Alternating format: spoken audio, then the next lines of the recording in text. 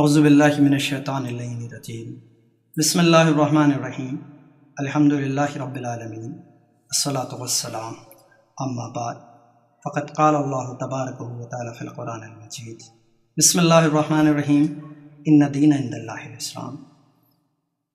ناظرین السلام علیکم ورحمۃ اللہ وبرکاتہ۔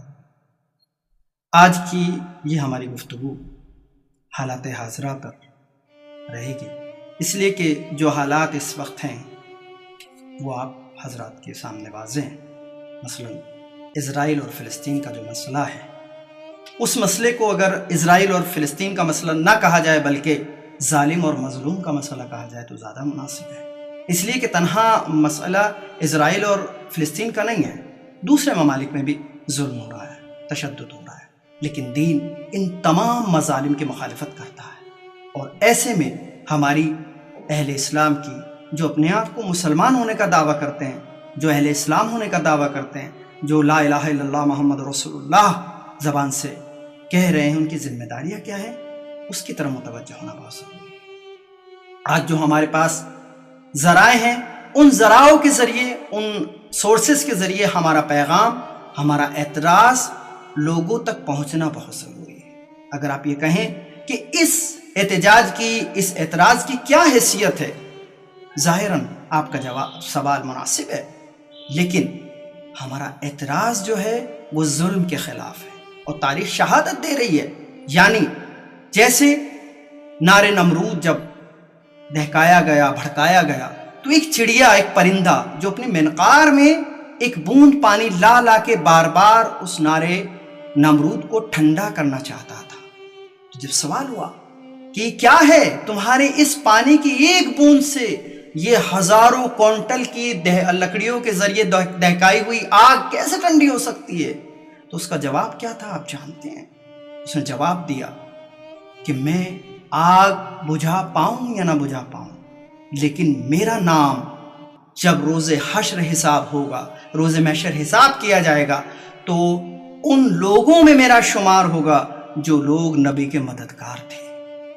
میرا شمار ان لوگوں میں نہیں کیا جائے گا جو نار نمرود کو بھڑکانے میں نمرود کی مدد کر رہے تھے۔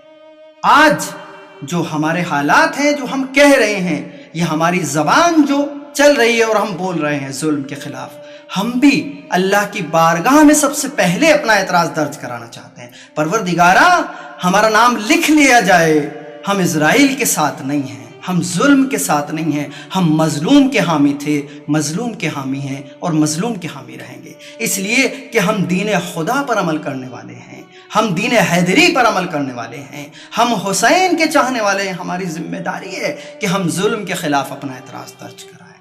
آج بہت بڑی ذمہ داری ہے ہماری اور بالخصوص اہل اسلام کی۔ اس سے بحث نہیں ہے کہ جس پر ظلم ہو رہا ہے وہ صاحب اسلام ہے یا نہیں ہے، اس کا تعلق اسلام سے ہے یا نہیں ہے، نہیں، ایک اصول دین دے رہا ہے، ظلم جہاں بھی ہو رہا ہے ظلم کرنے والا ظالم ہے، جس پر بھی ظلم کیا جا رہا ہے وہ مظلوم ہے۔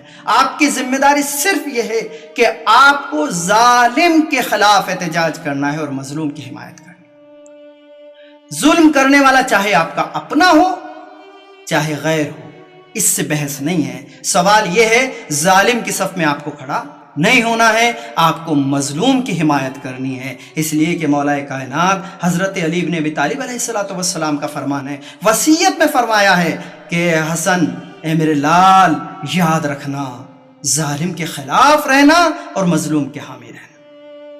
آج جو ہماری ذمہ داری ہے وہ اس لیے بڑھ جاتی ہے کہ ہم خود کو حیدری ہونے کا دعویٰ کرتے ہیں، ہم بتاتے ہیں کہ ہم علی ولی اللہ والے ہیں۔ جب علی ولی اللہ والے ہیں تو ہماری ذمہ داری ہے کہ جس طرح ہم علی کو مانتے ہیں اسی طرح علی کی گفتگو کو بھی مانیں، اسی طرح علی کے اقوال کو بھی مانیں، اسی طرح علی کی وصیت پر بھی عمل کریں، اس لیے کہ ہم علی والے ہیں۔ ہماری ذمہ داری ہے کہ ہم دنیا کو طاقت نہ سمجھیں، ہم طاقت کو حق نہ سمجھیں۔ بہت بڑا کنفیوژن ہے، بہت بڑا مغالطہ ہے دنیا کا، بہت بڑا مغالطہ ہے۔ میں آپ کی خدمت میں عرض کرنا چاہتا ہوں، پوری دنیا اس مغالطے میں ہے کہ طاقت میں حق ہوتا ہے، جبکہ بہت بڑا مغالطہ ہے، طاقت میں حق نہیں ہوتا، حق میں طاقت ہوتی ہے۔ اگر آپ دیکھنا چاہیں تو مطالعہ کر سکتے ہیں، طاقت میں حق نہیں ہے، حق میں طاقت ہے، جہاں جہاں حق ہے وہاں وہاں طاقت ہے۔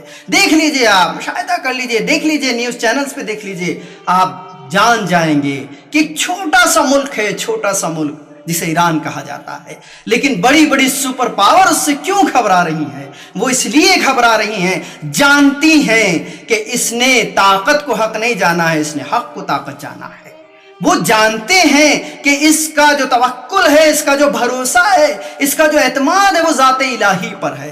جب اس کا اعتماد صرف ذات الہی پر ہے، اس نے زبانی اللہ اکبر نہیں کہا ہے جیسے ہم نمازوں میں کہتے ہیں۔ ہم نمازوں میں اللہ اکبر کہتے ہیں، اللہ بڑا ہے، لیکن ہمیں خود معنی اور مفہوم نہیں پتا ہوتے ہیں اللہ کتنا بڑا ہے۔ ایران نے عملی طور پر اللہ اکبر کہا ہے، لہٰذا اللہ کی امداد ایسے آئی ہے کہ دنیا گھبرا رہی ہے، ایران ایک تنہا میدان میں ڈٹا ہوا ہے۔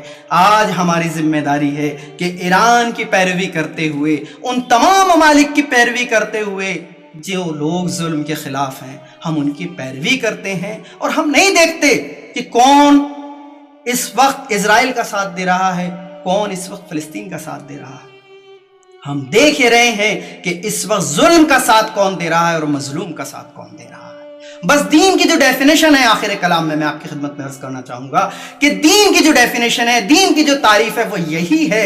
آپ نہ دیکھیے کون ساتھ دے رہا ہے، کون ساتھ نہیں دے رہا ہے، بلکہ آپ یہ دیکھیے کہ ظلم کے ساتھ کون کھڑا ہے اور مظلوم کے ساتھ کون کھڑا ہے۔ بس جو ظلم کے ساتھ کھڑا ہے اس کا تعلق دین سے نہیں ہے، چاہے وہ کتنے ہی ڈنکے بجا رہا ہو، میں اسلامک ملک ہوں، میرا تعلق اسلام سے ہے، میرا تعلق دین الہی سے ہے، وہ جھوٹا ہے، وہ فریبی ہے، اس کے دھوکے میں نہ آئیے، اس لیے کہ تعلق جس کا دین سے ہے وہ مظلوم کا حامی تھا، مظلوم کا حامی ہے اور مظلوم کا حامی رہے گا۔ میں آپ کی بارگاہ میں گزارش کرتا ہوں کہ جوانان جو اس تقریر کو سنیں وہ اس مفہوم کو سمجھ لیں۔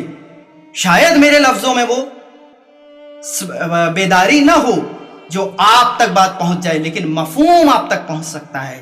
آپ صرف ایک اصول بنا لیں، ہمیں ظلم کے خلاف رہنا ہے، مظلوم کا حامی رہنا ہے۔ وآخر دعوانا وللہ الحمد، فقط والسلام ورحمۃ اللہ وبرکاتہ۔